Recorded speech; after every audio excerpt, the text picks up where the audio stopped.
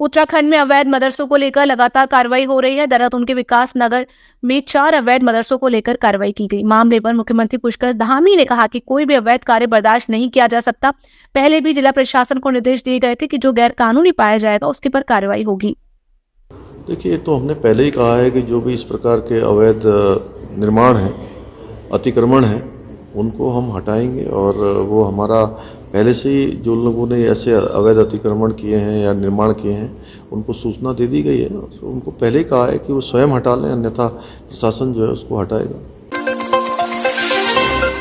मुख्यमंत्री पुष्कर सिंह धामी की अध्यक्षता में हुई प्रदेश मंत्रिमंडल की बैठक में 17 प्रस्ताव आए। सीएम की घोषणा के तहत उत्तराखंड आंदोलन और सांस्कृतिक विरासत का इतिहास कक्षा 6 से 8 तक हमारी विरासत एवं विभूतियां पढ़ाए जाने के प्रस्ताव पर मुहर लगी। इसके साथ ही धामी कैबिनेट कई महत्वपूर्ण फैसले लिए गए। सोमवार को कैबिनेट समाप्त होने के बाद सचिव गृह शैलेश बगोली ने जानकारी दी।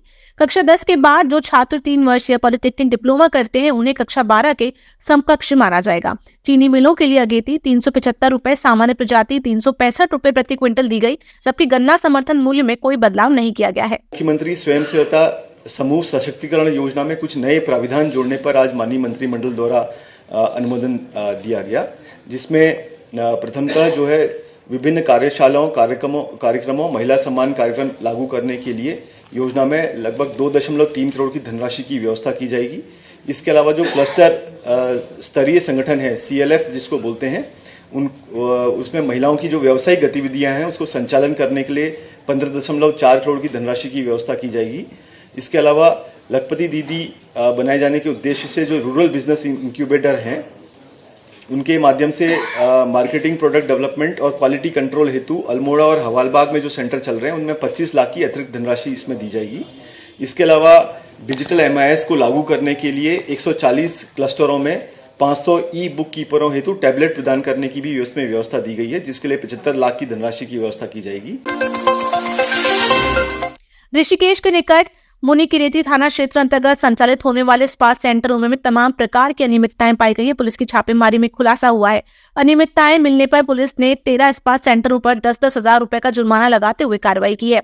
दोबारा अनियमितता मिलने पर बड़ी कार्रवाई की चेतावनी दी गई है। इंस्पेक्टर प्रदीप चौहान ने बताया कि पुलिस कप्तान आयुष अग्रवाल के निर्देश पर क्षेत्र में संचालित हो रहे स्पा सेंटरों पर अचानक छापेमारी की कार्रवाई की गई। इस दौरान 13 स्पा सेंटरों में काफी अनियमितताएं पाई गई, इसलिए पहले संचालकों को फटकार लगाई गई और फिर उन पर जुर्माना लगाकर कार्रवाई की गई है।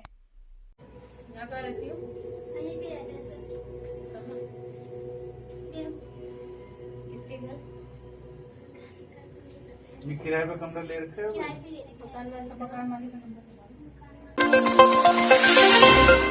उत्तराखंड के मानस क्षेत्र में आए एवलांच में 56 मजदूर बर्फ में फंस गए, जिसकी वजह से काफी दिक्कतों का सामना करने के बाद उन्हें रेस्क्यू किया गया, जिसमें से 46 लोगों को सकुशल निकाला गया और 8 लोगों की मृत्यु हो गई। इस पूरे घटना में कांग्रेस ने सरकार को घेरने का काम किया है। उत्तराखंड प्रदेश अध्यक्ष करण महारा ने कहा कि इसे हाई एल्टीट्यूड वाली जगह पर ज्यादा ध्वनि तक वर्जित होती है, लेकिन इस पूरे क्षेत्र में बिना रोक टोक के काम चल रहा था। हैवी मशीनों द्वारा वहां काम किया जा रहा था। मौसम विभाग द्वारा अलर्ट भी जारी किया गया, लेकिन उसको हल्के में लिया गया, जिस कारण 56 लोग हादसे का शिकार हुए। ऐसे में जो भी संबंधित अधिकारी है उनके खिलाफ कार्रवाई होनी चाहिए। मौसम का अलर्ट था और उतने अलर्ट के बाद भी वहाँ लोगों से काम कराया गया।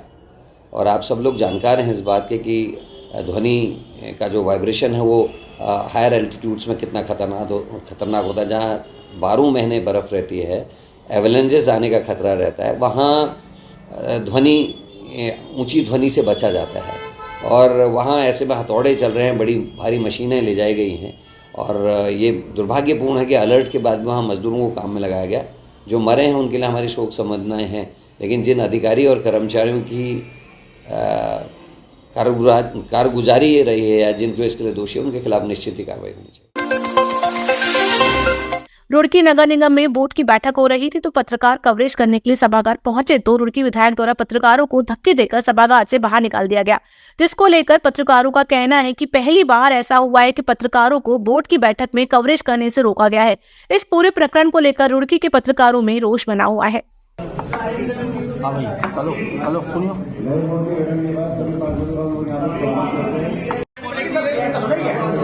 भैया मीडिया को बैन कर रखा MLA साहब, मीडिया बैन कर रखी है आपने। बाहर कोई पहली बार ही हो रहा है ऐसा, आज तक कभी। मैं यहाँ पे कवरेज के लिए आई तो मैं अंदर एंट्री कर रही थी तो नगर विधायक प्रदीप बत्रा और मेयर पति जो हैं उन्होंने एक्ट का हवाला देते हुए कहा कि आज मीडिया की एंट्री इसमें नहीं होगी, आपको बाद में ब्रीफ किया जाएगा, आप दूसरे सभागार में बैठ जाइए।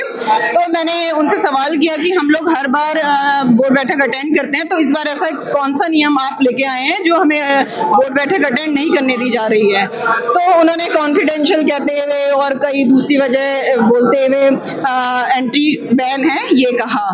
देखिए, फर्स्ट बोर्ड की मीटिंग थी और सबके प्रतिनिधि इन्होंने बाहर कर दिए और किस किस के प्रतिनिधि अंदर है अभी ये मीटिंग के बीच में या बाद में पता चलेगा। और देखिए, मीडिया को हमने पहली बार देखा है कि किसी भी मीटिंग में, ये बोर्ड मीटिंग नहीं कोई भी मीटिंग हो, हिंदुस्तान की बड़ी से बड़ी मीटिंग देखी हमने, इसके अंदर मीडिया को बैन नहीं किया जाता। ये पहला नियम कानून देखा कि आप लोगों को भी इन्होंने बाहर कर दिया। कि रुड़की नगर निगम बोर्ड की बैठक से पत्रकारों को कवरेज करने पर रुड़की विधायक द्वारा पत्रकारों को सभागार से बाहर निकाला गया था। बोर्ड की मीटिंग समाप्त होने के बाद जब इस पूरे प्रकरण को लेकर रुड़की नगर निगम मेयर के प्रति ललित मोहन अग्रवाल से पत्रकार द्वारा बात की गई तो उनका कहना था कि क्या आपको अच्छा नहीं लगता कि बोर्ड की बैठक शांति से संपन्न हो गई है। तो अब इस पर सवाल उठता है कि तो क्या बोर्ड की बैठक को मीडिया द्वारा कवरेज किए जाने से अशांति फैलाती है, ये बड़ा सवाल है। उन्होंने आगे कहा कि किसी भी एक्ट में नहीं है कि बोर्ड बैठक में मीडिया कवरेज करे। वहीं पार्षदों का आरोप है कि विधायक द्वारा आज बोर्ड की बैठक में बड़ी दमंगई दिखाई गई। ऐसा लग रहा था जैसे कि बोर्ड की बैठक मेयर द्वारा चलाकर रुड़की विधायक द्वारा चलाई जा रही है और हमें बोर्ड बैठक में बंदी बनाया गया था। अब ये विधायक जैसा पिछली बार जैसे गौरव गोयल को लेकर बैठा था, इस बार ये ना मैडम को लेकर बैठा था जरूर। रुड़की का नाश कर ही रखा है, उनका भी कर दिया नाश। मतलब मेयर को बोलने कुछ भी नहीं दिया, नहीं एक शब्द नहीं बोली। आप मीडिया को बताओ, जो मीडिया हर बार आ रही, पिछले साल मीडिया आई, हर बार आई, क्यों नहीं मीडिया को अंदर दिया कि वहाँ कोई चोरी हो रही थी? क्या कुछ ना कुछ कार्य और था जब प्रॉपर्टी तो जितनी थी हमने सबने कैंसिल कर दी, प्रॉपर्टी कोई नहीं दी जाएगी। फ्री में कोई प्रॉपर्टी ना किसी को दी गई थी ना पहले दी जाएगी, पहले भी नहीं दी गई थी। मगर विधायक जी ना सारा का सारा वीडियो को अंदर आन दिया। अब विधायक से पूछो क्या अंदर चल रहा था जो अपने अंदर क्यों नहीं अंदर मीडिया में मजा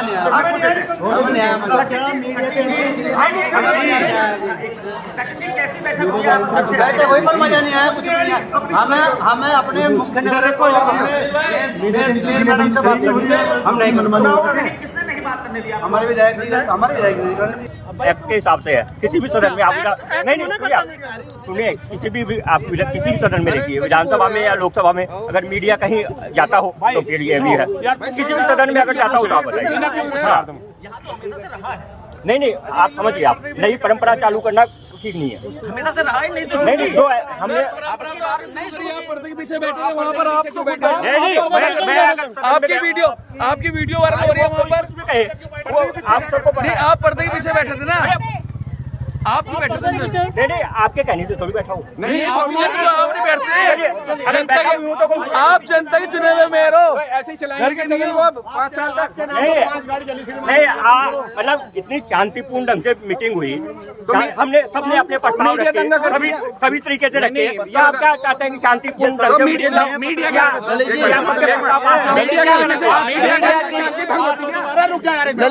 मीडिया की एंट्री बैन क्यों रही? मीडिया के आने से शांति भंग